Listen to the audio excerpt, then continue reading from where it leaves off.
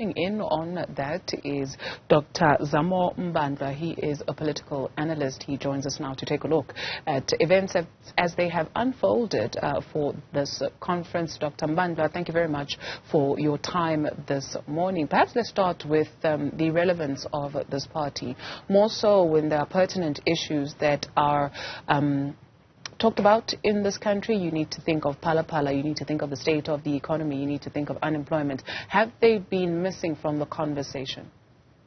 Yes. No, thank you very much. Good morning and good morning to your viewers at home. You just nailed the head, because this is what I wanted to talk about in the beginning. The objectives of the ANC Veterans League, which is to assist the ANC or to make contributions to the work of the ANC and also of the nation, which is South Africa in this case. Now, I think there's a contradiction between the objectives of the ANC Veterans League and the membership criteria and the leadership criteria. Now, their membership criteria is anyone who has been a member of the ANC consistently for 40 years, who is above 60 years of age. And also, when people are being elected, they are not abiding themselves with the objectives of the organization. That is why their contribution is very minimal in terms of guiding the ANC, whether ANC leadership or ANC in government, how the ANC is leading the government, and the challenges that the ANC have as an organization as well. Simply because for this type of structure, you'll expect that the structure is led by veterans of the ANC who have been very strategic in government and in senior positions in the ANC itself, the likes of Ubaba Kgalema Mohlanthe, who led the ANC, who also led in the government, the former president and the president of the country as well. So you would expect such people and the former president Zuma as well.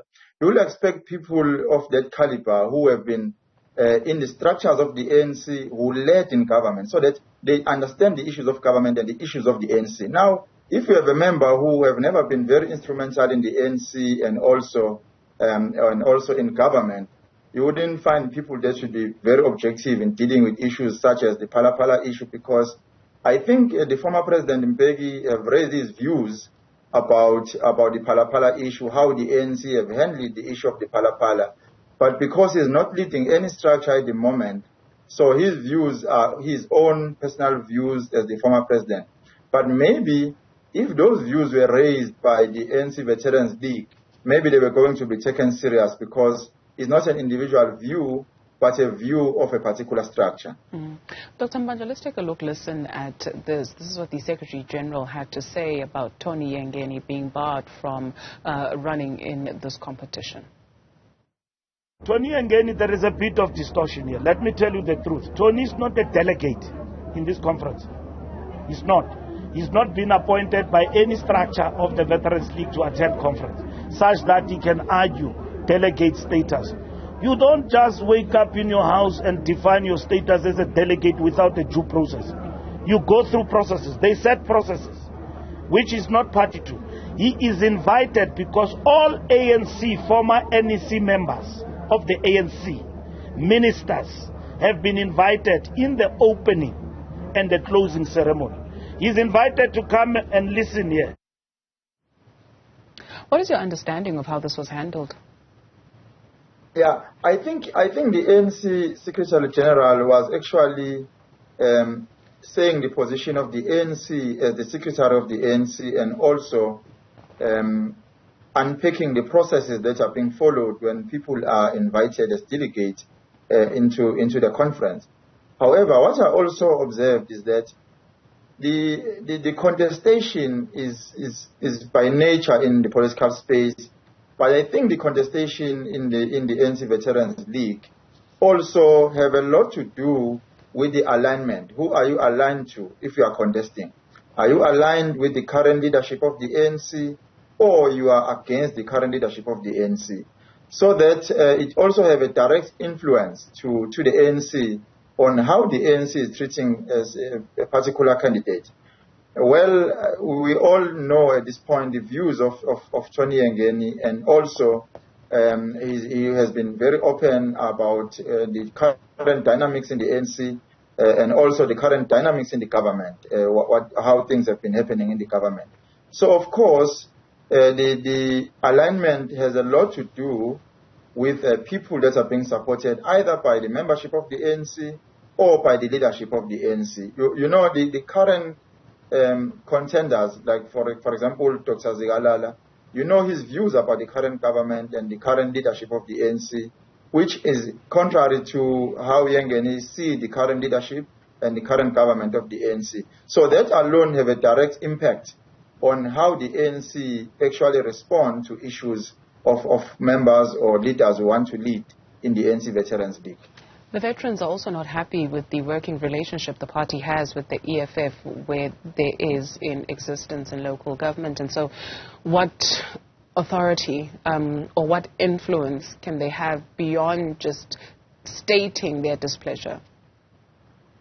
You see, it also takes us back to what I've said earlier on. If you don't have experience in government, you'll just talk even if you lead in the ANC Veterans League, because you don't have the first-hand experience, you don't even understand how the government operates. So it's become very difficult for even leaders of the Veterans League to provide solutions to the problem, because we all know there's a problem in the local government. And it's by default, because it's not because the ANC or any other political party want to find themselves as part of the coalition government in the local government. So it's something that many people in the country, particularly those in government and politicians in local government, do not have any experience, because it has never happened like how it is happening now. Now, if you have people that have been in the local government space, who are led in various positions in the local government, when they raise these points, they won't just be raising these points, but they'll come with some solutions to say what needs to be done, how the ANC should approach the issues of the coalition government, and also the relationship between different political parties, because they might say something about the relationship between the ANC and the EFF today, then tomorrow there will be another political party, they'll be saying something again. So it's more important for the Veterans League to say, this is the problem, this is the solution as the veterans, because by nature of being a veteran, it means that you have been tried and tested. You have been through the same route that people are actually embarking upon. So you have experience, you have a better understanding, so you're advising the people. So the role of the ANC Veterans League is to advise the ANC, call the ANC on board and say, ANC, you are not doing well in the local government, coalition government, so this is what you need to do. Now, when they come with problems only with no solution, it becomes very problematic. Dr. Mbandla, you speak of advising the ANC. The Secretary General arrived some 2 hours late for his address. He was supposed to give the opening address. And when he arrived, he told the veterans that, well, it's your job to fix us where we go astray. What have you made of, or is there an observation that you have made of his office or his time in this very short time in the office of the Secretary General?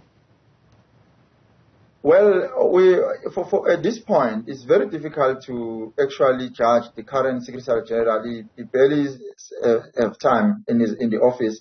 For example, he is not even a year in the office. Yeah. So it's very difficult. I think what will actually determine the strength and the weakness of the current Secretary General of the ANC will be on the mobilization of members of the ANC and people of South Africa to vote for the ANC next year. I think his strength will be determined by the outcome of the national and provincial government elections next year, and also his visibility, and also guiding the members of the ANC and the leaders of the ANC in various provinces, because he's the political leader, he's leading as the Secretary General. He's the engine of the ANC, he's full-time in office. So he has a responsibility to actually assist different provinces and also guide different leaders in various provinces on how they must portray themselves in the public and how they must mobilize people to vote for the ANC. And if the support of the ANC by the people is declining, or if it is declined, then we will then say, as the Secretary General, he has actually failed to mobilize people behind the ANC. Dr. Zamo Mbandla, thank you very much for your time this morning.